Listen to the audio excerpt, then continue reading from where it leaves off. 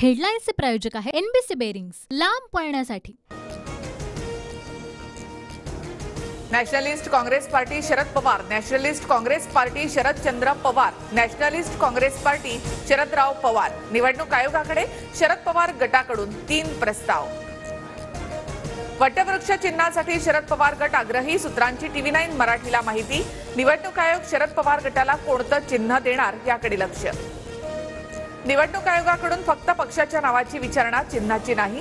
राज्यसभा निवडणुकीसाठी चिन्हाची गरज नसते, जयंत पाटलांकडून स्पष्ट। निवडणूक आयोगाच्या निर्णयाविरोधात शरद पवार गट सुप्रीम कोर्टात जाणार। पवारांची कपिल सिब्बल आणि अभिषेक मनु सिंघवींसोबत फोनवरून चर्चा। शरद पवार गट आयोगाच्या निकालाच्या विरोधात सुप्रीम कोर्टात जाण्याआधीच अजित पवार गटाकडून कॅव्हेट दाखल। आमची बाजू ऐकल्याशिवाय कोणताही आदेश न देण्याची दादा गटाची मागणी। राष्ट्रवादीचे आमदार अपात्रता प्रकरणी मेरिटनुसारच निकाल देणार।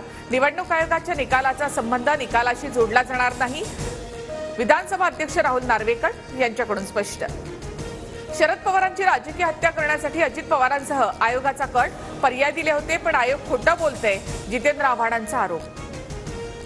वारे पठ्ठ्या असं म्हणत मनसेकडून अजित पवारांचा एक जुना व्हिडिओ ट्विट शिवसेना शिंदेना मिळाल्यानंतर अजित पवारांची टीका व्हायरल। मनसे आणि आव्हाडांकडून अजित पवारांचा व्हिडिओ शेअर करत बोचरी टीका।